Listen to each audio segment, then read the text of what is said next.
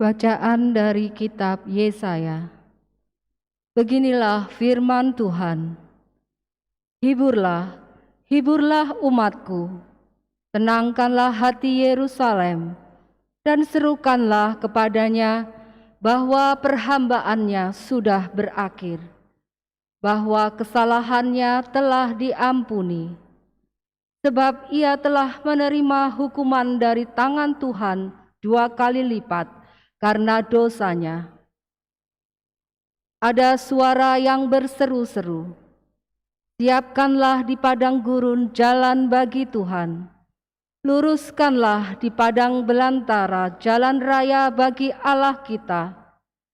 Setiap lembah harus ditutup, setiap gunung dan bukit harus diratakan.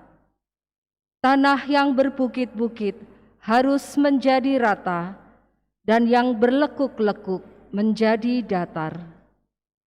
Maka kemuliaan Tuhan akan dinyatakan, dan seluruh umat manusia akan melihatnya bersama. Sungguh, Tuhan sendiri telah mengatakannya. Dan terdengarlah suatu suara, "Hai Sion, pembawa kabar baik, naiklah ke gunung yang tinggi. Hai Yerusalem, pembawa kabar baik, nyaringkanlah suaramu kuat-kuat. Nyaringkanlah suaramu, jangan takut. Katakanlah kepada kota-kota Yehuda, lihat, itu Allahmu. Lihat, itu Tuhan Allah. Ia datang dengan kekuatan, dan dengan tangannya ia berkuasa. Lihat, mereka yang menjadi upah jerih payahnya ada bersama-sama dia, dan mereka yang diperolehnya berjalan di hadapannya.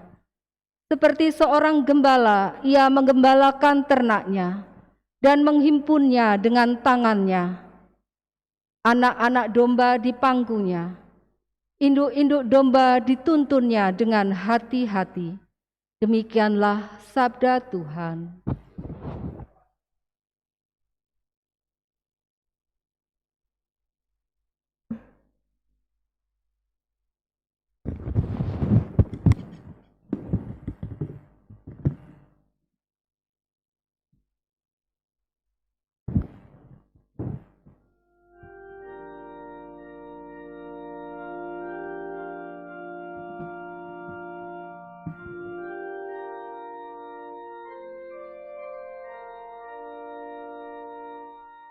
Pujilah Tuhan, hai jiwaku, Dia sungguh besar.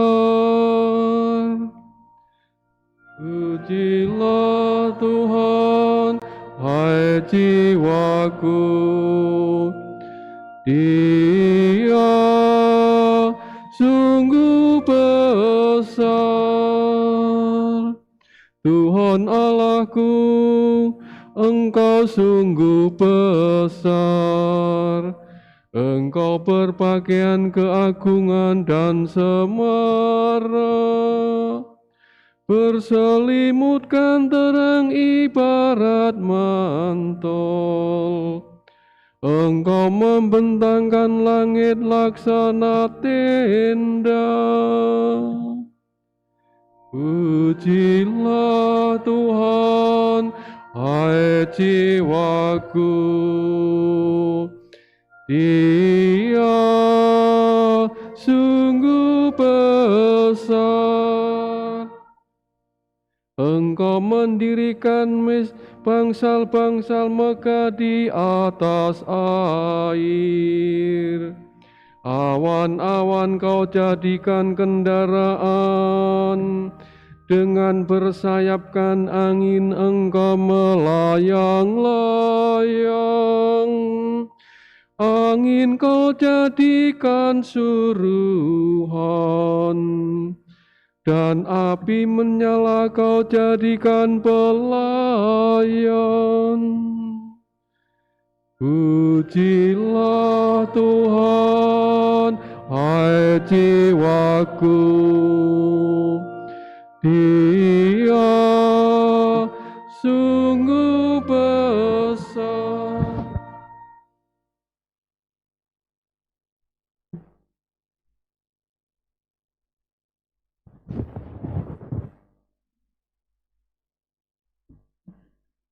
Bacaan dari surat Rasul Paulus kepada Titus.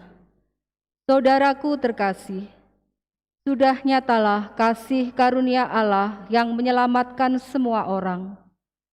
Kasih karunia itu mendidik kita agar meninggalkan kefasikan dan keinginan-keinginan duniawi, dan agar kita hidup bijaksana, adil dan beribadah di dalam dunia sekarang ini, sambil menantikan penggenapan pengharapan kita yang penuh bahagia dan penyataan kemuliaan Allah yang maha besar dan Juru Selamat kita, Yesus Kristus. Ia telah menyerahkan dirinya bagi kita untuk membebaskan kita dari segala kejahatan dan untuk menguduskan bagi dirinya suatu umat miliknya sendiri yang rajin berbuat baik. Tetapi ketika kerahiman dan kasih Allah penyelamat kita telah nyata kepada manusia, kita diselamatkan oleh Allah. Hal itu terjadi bukan karena perbuatan baik yang telah kita lakukan, melainkan karena rahmat-Nya, berkat permandian kelahiran kembali dan berkat pembaharuan yang dikerjakan oleh Roh Kudus yang sudah dilimpahkannya kepada kita lantaran Yesus Kristus penyelamat kita. Dengan demikian kita sebagai orang yang dibenarkan oleh kasih karunia-Nya berhak menerima hidup yang kekal sesuai dengan pengharapan kita. Demikianlah sabda Tuhan.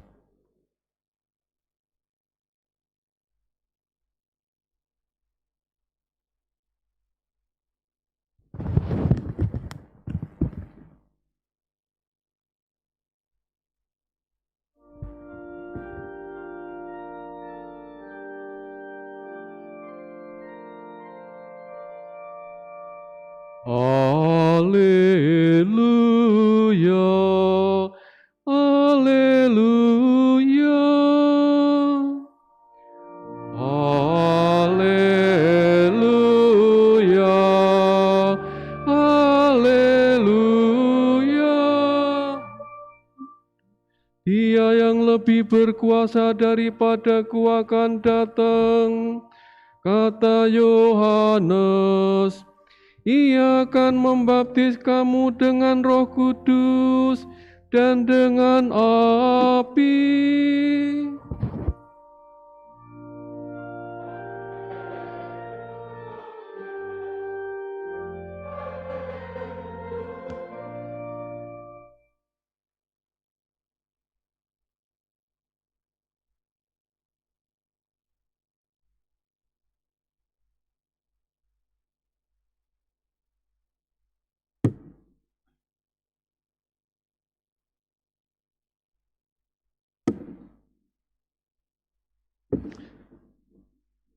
Tuhan bersamamu.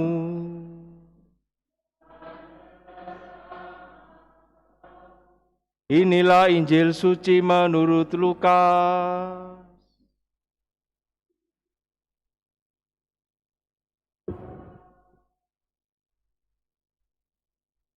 Ketika Yohanes tampil di Sungai Yordan, banyak orang menanti-nanti dan berharap, dan semuanya bertanya dalam hati tentang Yohanes, kalau ia adalah Mesias. Karena itu Yohanes berkata kepada semua orang itu, "Aku membaptis kamu dengan air, tetapi Dia yang lebih berkuasa daripada aku akan datang, dan membuka tali kasutnya pun aku tidak layak. Ia akan membaptis kamu dengan Roh Kudus dan dengan api." Ketika seluruh orang banyak itu telah dibaptis, dan ketika Yesus sedang berdoa, setelah ia juga dibaptis, terbukalah langit, dan turunlah Roh Kudus dalam rupa burung merpati ke atasnya. Terdengarlah suara dari langit, "Engkaulah putraku yang terkasih, kepadamulah aku berkenan." Demikianlah sabda Tuhan.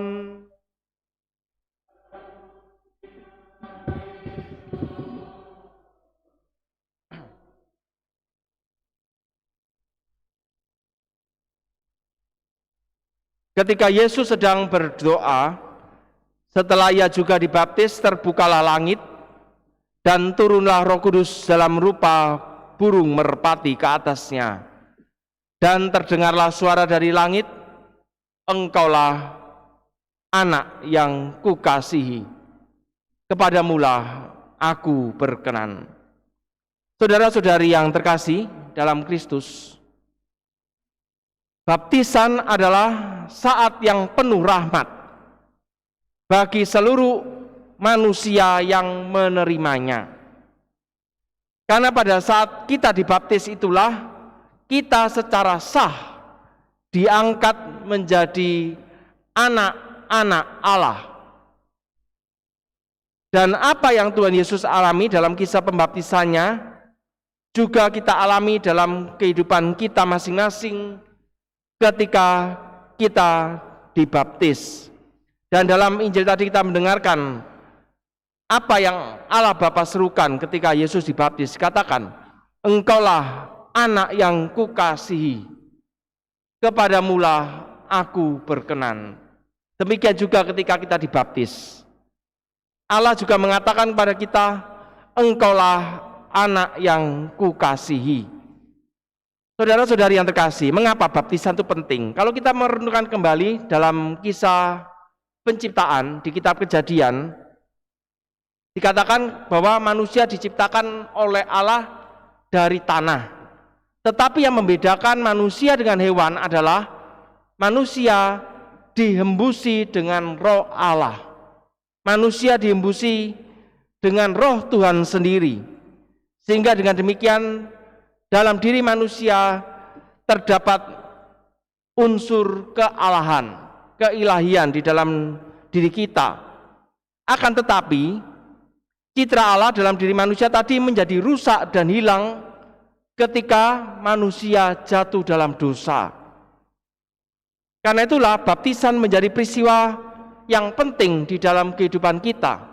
Siapapun kalau belum dibaptis tidak akan pernah bisa menerima sakramen Ekaristi, sakramen Krisma, pengakuan dosa, pengurapan orang sakit juga tidak bisa menerima.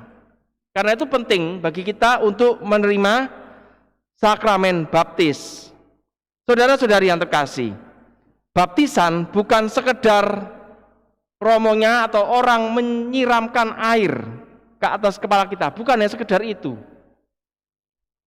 Baptisan menjadi peristiwa di mana Allah sendiri yang bekerja untuk memulihkan kembali citra Allah di dalam diri kita. Kita yang sudah berdosa dilahirkan kembali menjadi anak-anak Allah. Karena itulah kita harus sungguh-sungguh mensyukuri anugerah Allah di dalam kehidupan kita berupa baptisan. Kita juga tahu baptisan adalah suatu materai kekal. Sekali kita dibaptis menjadi anak Allah, selamanya kita tetap adalah anak Allah. Lalu kemudian apa? Mungkin bisa juga dalam kehidupan kita menjadi pribadi-pribadi yang jatuh dalam dosa. Bahkan ada yang sampai murtad, meninggalkan Allah, meninggalkan gereja, bisa jadi seperti itu. Tapi kita harus ingat bahwa materai baptisan adalah suatu materai kekal. Tidak ada yang bisa membatalkan baptisan yang telah kita terima sebagai anak-anak Allah.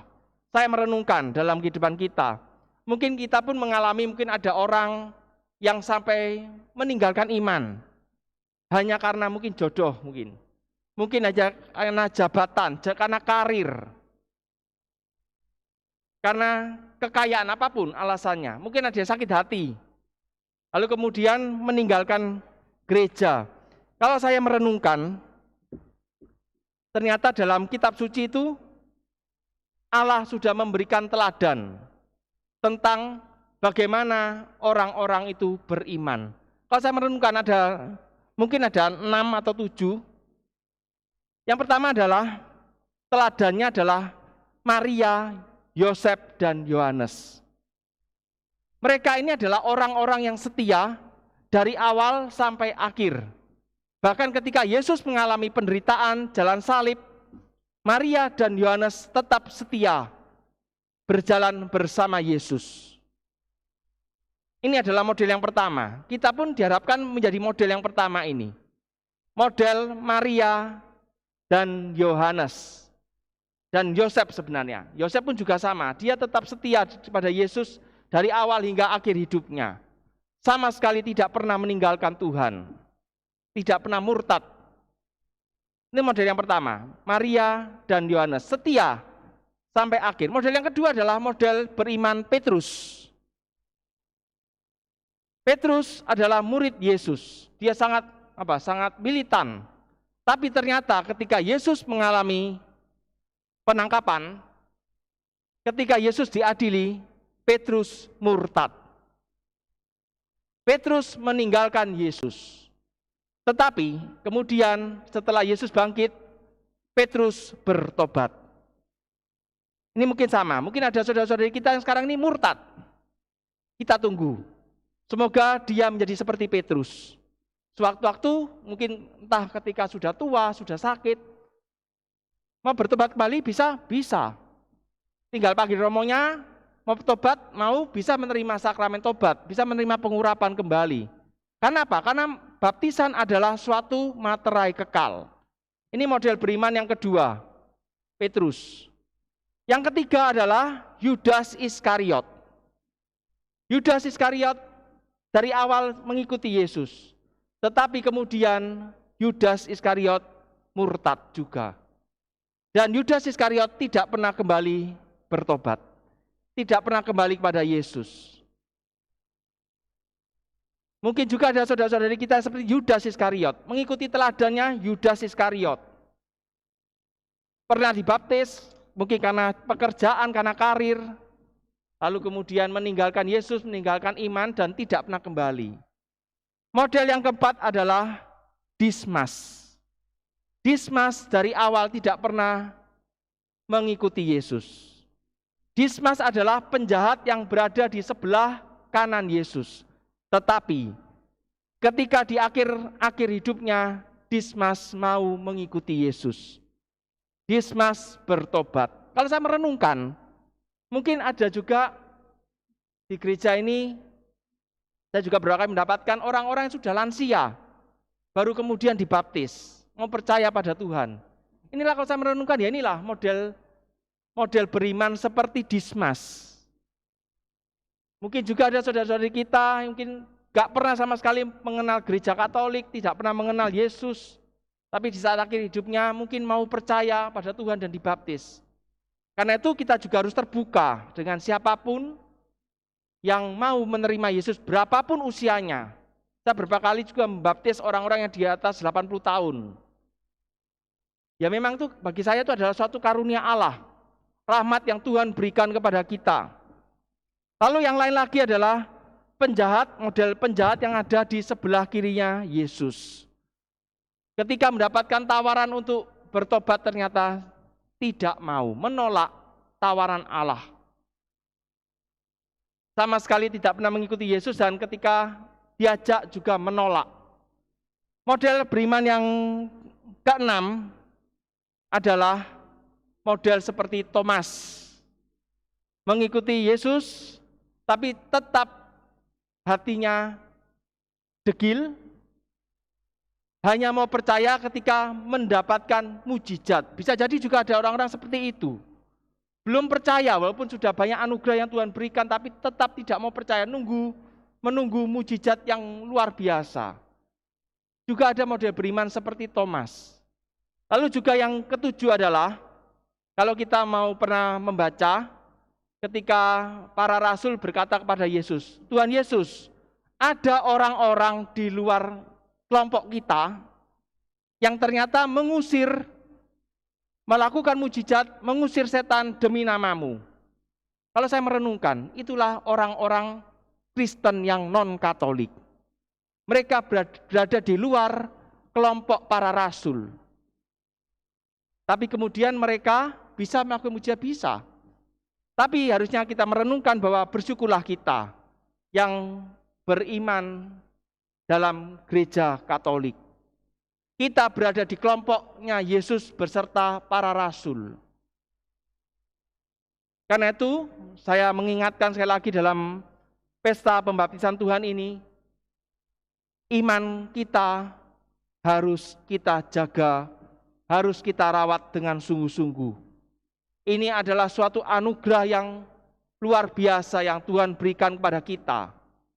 Kita diangkat menjadi anak-anak Allah. Jangan pernah menukarkan iman kita dengan sesuatu yang duniawi. Yang duniawi pasti akan hancur, pasti akan kita tinggalkan. Tetapi iman anugerah sebagai anak-anak Allah adalah suatu anugerah yang tidak sembarangan, yang benar-benar berharga di dalam kehidupan kita. Karena itu kita harus sungguh-sungguh menjaga, merawat iman kita ini. Setialah dalam iman, hasilkanlah buah-buah iman dalam kehidupan kita, dan inilah perjuangan kita sampai akhir hidup kita. Setialah dalam iman, belajarlah dari Maria dan Yohanes. Dalam peristiwa apapun, tetap setialah kepada Yesus. Tuhan pasti akan selalu berikan yang terbaik